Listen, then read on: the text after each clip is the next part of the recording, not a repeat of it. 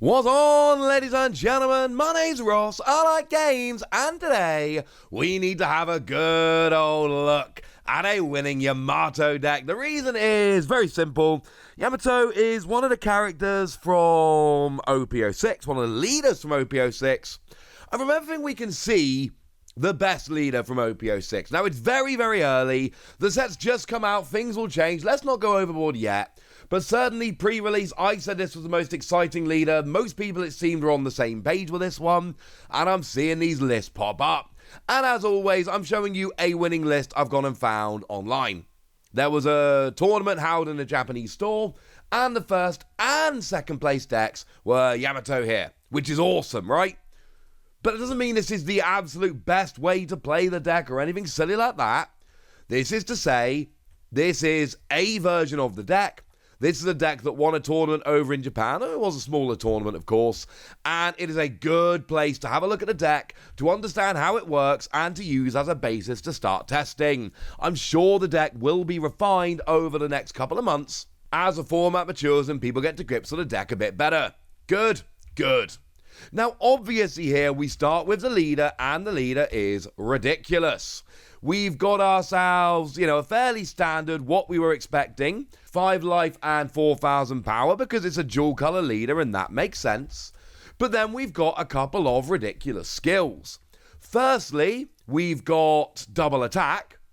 Leader with double attack is ridiculous. You get to take 2 life when you get an attack through. That is ridiculous. That is really good. That is something to keep an eye on. But you've also got a skill whereby activate main once per turn. If your opponent's got 3 or less life, you can just give 2 rested Don to one of your characters. Which is absurd. Like, generally speaking, you either use a Don to pay or you attach him to your character. Here, you get to do both, and it's 2 Don? Yeah, it's ridiculous. Absolutely ridiculous. Attaching 2 rested Don and having double attack, it is an absurd leader. That's why it's doing so gosh darned well. So in terms of characters then, we have got the 1-cost Momonosuke here, and obviously this is your searcher. Nice and simple. You can rest this leader, activate main, pay 1, look at the top 5 cards of your deck, find a Land of Wano card, add it to your hand, put the rest at the bottom of your deck in any order. We see these searchers seeing a lot of play. This is a Wano deck mostly. This is a Wano searcher. You see where we're going here, right? This is one of those pretty obvious ones where it just makes way too much sense not to play it, right? It's a Wano deck. You're searching out your Wano cards. Job's a good un. Now, we also have the brand new Kozuki Hiyori here. This is another one of these new cards from OP-06, and it is a little bit silly good. Now, no power is a little bit annoying, but you do have counter plus 2,000, which is a nice little win. But what you've got here is on play, you can put the top or bottom card of your life into your hand. You get card advantage, that's good, you've got an extra card to play with.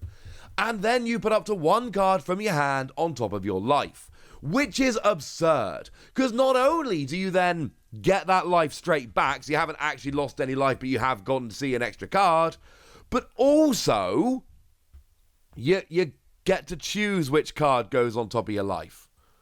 That is ridiculous. The idea that you get to choose which card from your hand goes on top of your life, you can literally set your own trigger. That is absolutely ridiculous. Sticking with the lovely OP-06 Wano theme, we've got ourselves a Nami here. Obviously one of the more popular characters in OP-06, but also a ridiculously good card. Because, firstly, on play, you give up to one of your leaders or characters banish for the turn. So your leader can all of a sudden have double attack and banish, build up the power, whack a few Don on there, and then all of a sudden you're taking out 2 life, but your opponent doesn't get those cards into their hand. That's kind of hilarious. But it's also got a trigger that lets you KO one of your opponent's 5-cost or lower characters. Yeah, great trigger, great skill. This is one we're seeing popping up absolutely everywhere. But because why would you not? It's silly good. Now, going back old school a little bit, a card we've seen a lot, we've got the Izzo, which also came around in OP-01. You'll notice these are all Wano cards so far. That is not a coincidence. And this is another counter plus 2,000. We need a few of those in the deck. And on play, you rest up to one of your opponent's characters with a cost of 4 or less.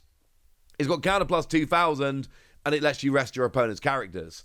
It's why it's seen a huge amount of play up till now. It's why it's going to keep seeing a huge amount of play moving forward. Yeah, this is a very, very, very good card. Speaking of good cards we've seen before, we've got Captain Beige. Yeah, this is another one that is just absolutely all over at the moment. This is being a staple in pretty much every yellow deck, and it's a decent enough card, but largely here it's for the trigger. Because, I suppose counter plus 2,000 also helps quite a lot as well. Let's say it's for the counter and the trigger. But the trigger says up to one of your opponent's leader or character cards cannot attack during this turn. And of course, let's not forget that Hiyori here will allow you to set your own trigger. So not only has it got a really good trigger, but because you're putting a card from your hand down as a trigger, that just makes it way, way more likely that you're actually going to be able to get this coming out as a trigger during your turn. Now, sticking with there's lots of good OP-06 Wano characters in here, we've got Kikinojo. Now, what we got here is a really good trigger that if your opponent has 3 or less life, play this character. That, incidentally, is very, very good. And sure, it's not always going to work. Sometimes your opponent's going to have more than 3 life and you won't get to play this character for free, and that's really sad, etc. We've accepted that. But also, when KO'd, if your opponent has 3 or less life, you add a card from the top of your deck to your life. So you've got a decent attacker with 6k, which can then be played for free. Oh yeah, and actually, while we're here, we've also got a really nice skill in terms of being able to recover life. It's just really, really good, honestly.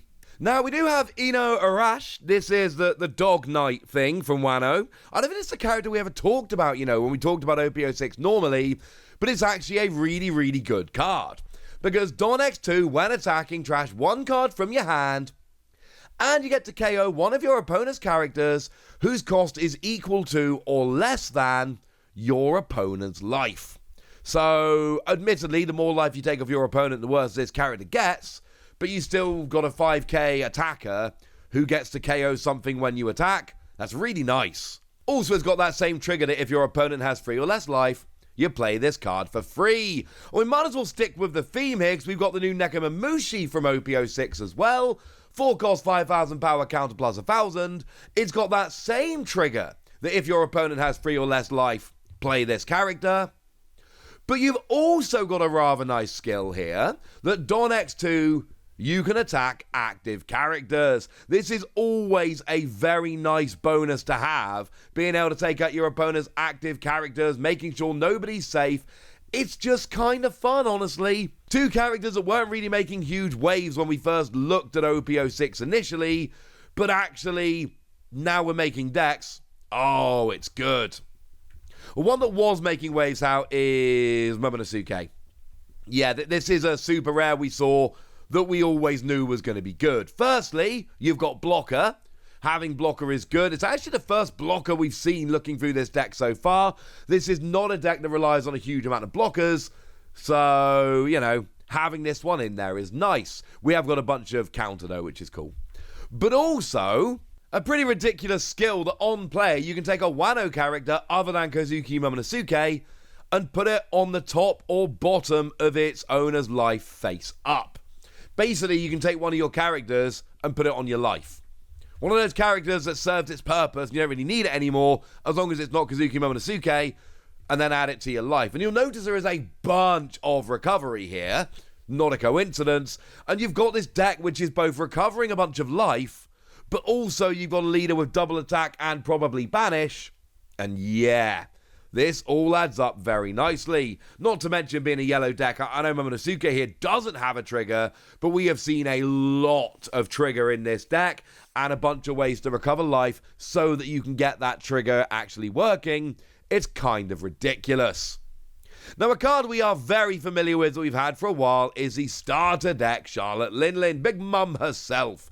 And this is a ridiculous card that sees a bunch of play because it is as I just mentioned, ridiculous card. 7 cost, 8,000 power, so very big and powerful, but on play, your opponent either has to lose one of their own life or let you gain a life. Either way, that's a win for you, and that's a good thing. But then we finish off with a couple of big green cards from OP-06, including Hody Jones. You might notice that up till now we've seen a couple of little green characters, and then the vast majority of the deck has been yellow. Well, now we got a couple of big green dudes, and they're not even Wano. Like, Hody Jones is not a Wano character here. It's not the point. It's Fishman and New Fishman Pirates, if you're wondering. But we got 7 cost, 8,000 power with Rush. Oh, and when you play, you rest a total of up to 2 of your opponent's characters and or Don, and then put the top card of your life into your hand. Now, as a side note, this is obviously designed to be played with the Hody Jones leader that stops you putting your life into your hand. Obviously, you're not playing Hody Jones the leader here, so you are putting the top card of your life into your hand. But then you've also got a big 8,000 power character with Rush that's resting your opponent's characters and or Don. It's one of those where you're like, you know what, I'm willing to pay for that. That seems all right by me. And then we finish off, in terms of characters, there are a couple of event cards here, with Roronoa Zoro. Yeah, the new Roronoa Zoro, the secret rare Roronoa Zoro. The really gosh darned good Roronoa Zoro. Firstly, you got 9k, that's huge. But also, when attacking once per turn, pay 1 to set this character to active. And activate main once per turn, pay 2 to set this character to active. So essentially what we've got here is a way to attack 3 times on the same character in the same turn. And obviously if you're doing stuff like attaching Don, you have that Don for all 3 attacks during your turn. And you see where we're going with this at this point. Essentially, what we've got here is a very, very nice deck with lots of recovery and all of that. But then we've got some big heavy hitters to the end of the game. You know, Hody Jones with Rush and Roronoa Zoro attacking 3 times. Plus, of course, your leader with double attack. You are going to have some ridiculous, monstrous turns here, combined with all of your trigger and recovery, which are going to get you to that end stage. Oh, this is a very nice deck indeed. And finishing off with a couple of event cards, we've got You Disappear, the new 0-cost card from OP-06. Lets you trash a card from your hand, and then your leader or one of your characters, this is as a counter of course, gets 3k. Yeah, 0-cost 3k at the cost of trashing a card from your hand. I'll do that. Also, a very nice trigger. If your life is exactly 0, add up to 1 card from the top of your deck to the top of your life, and then trash a card from your hand. It's recovery. And because you have to trash a card from your hand after, I'm pretty sure that the ruling essentially is you don't actually have to trash a card from your hand if there's no card in your hand to trash. And then since we're doing all the whole recovery and stuff, how about Soul Pocus?